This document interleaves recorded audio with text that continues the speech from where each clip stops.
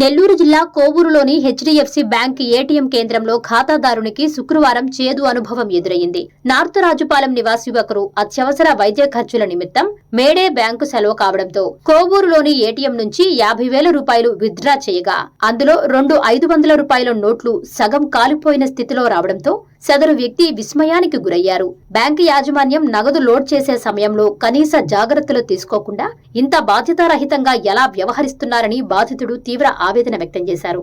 కనీసం ATM centre వద్ద security guard అందుబాటులో లేకపోవడంతో లావాదేవీకి సంబంధించిన స్లిప్పులు కూడా రాకపోవడంపై ఆయన మండిపడుతూ అత్యవసర సమయంలో ఇలాంటి నోట్లు రావడం వల్ల తాము ఇబ్బందులు పడాల్సి వస్తోందని ఆందోళన వ్యక్తం చేశారు.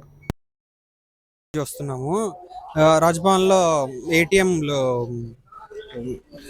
క్లోజ్ అయినందువల్ల ఇక్కడ కోవూరుకి వచ్చి విత్డ్రా చేసుకుందాం అని చెప్పనని వచ్చాము. సో అర్జెంటుగా హాస్పిటల్కి వెళ్ళాలి.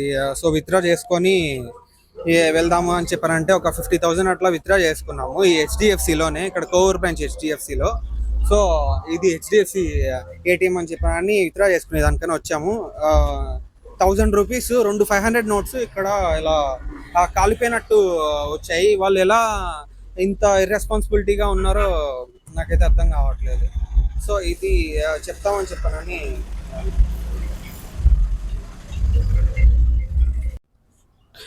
Core Mythili centre HDFC branch ఇది. సో ఇక్కడికి వచ్చాము. స్లిప్ కూడా జనరేట్ అవ్వలేదు. మేము 50,000 అట్లా విత్డ్రా చేస్తే స్లిప్ కూడా జనరేట్ అవ్వలేదు.